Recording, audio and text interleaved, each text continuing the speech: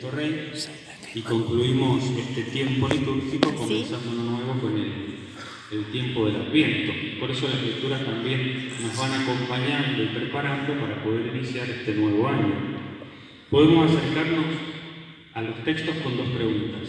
Primero, ¿qué dicen? ¿De qué hablan los textos? ¿En qué contexto lo dicen? Y segundo, ¿qué nos dice a nosotros esta palabra de Dios en este día? A nosotros como comunidad, a nosotros personalmente.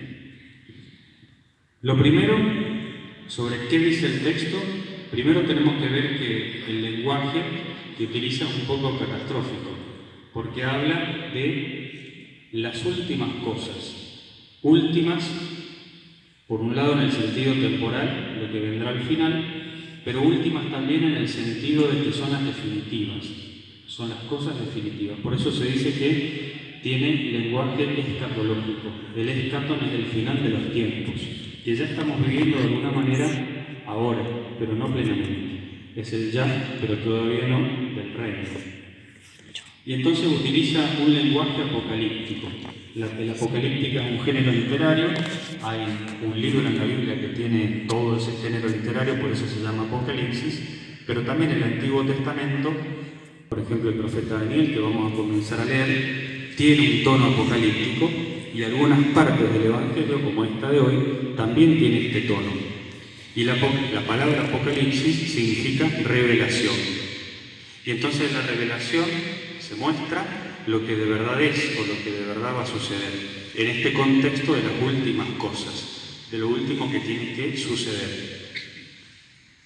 Y entonces el capítulo 21 de Lucas, si nosotros vamos a la Biblia, ya es la última parte del ministerio de Jesús. Jesús está en Jerusalén, siguiente capítulo ya es encarcelado.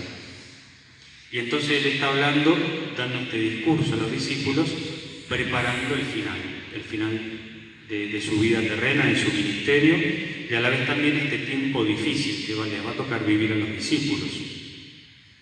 Por eso, cuando leemos el Evangelio tenemos que tener en cuenta en qué momento fue escrito y para quién fue escrito.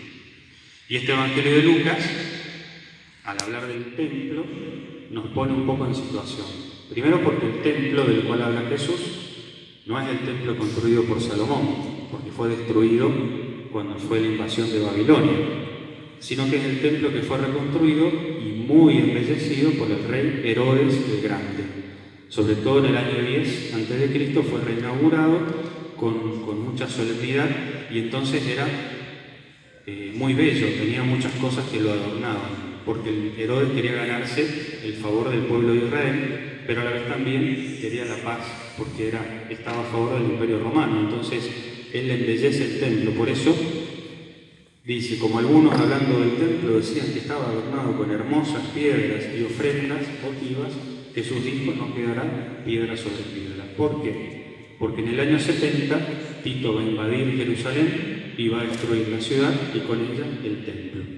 Y lo que queda del templo es lo que conocemos hoy, el muro de los lamentos, que son las bases, los cimientos.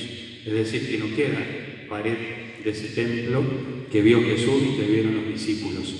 Por eso, la primera comunidad cristiana a la cual va a dirigir este Evangelio de Lucas está viviendo un tiempo difícil, un tiempo de persecución, por un lado a los judíos en este contexto de rebelión, por eso la destrucción de la ciudad, y de persecución a este nuevo movimiento que están haciendo y que se llama cristianismo.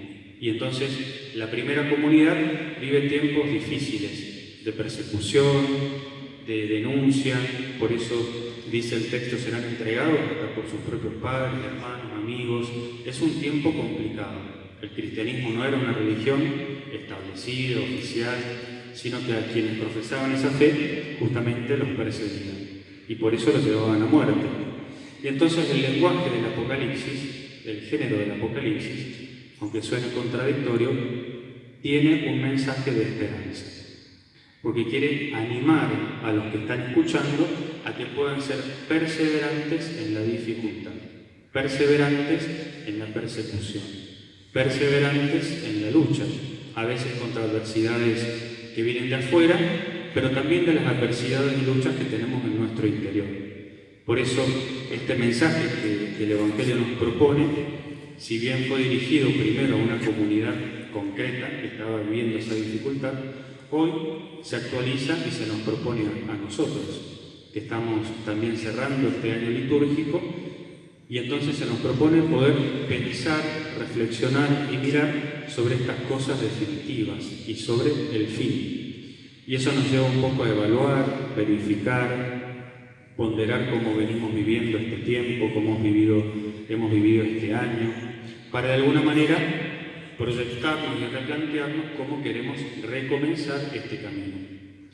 El año litúrgico, con los distintos momentos, el Adviento, la Navidad, la Cuaresma, la Pascua y el gran tiempo ordinario, es una especie de gimnasio.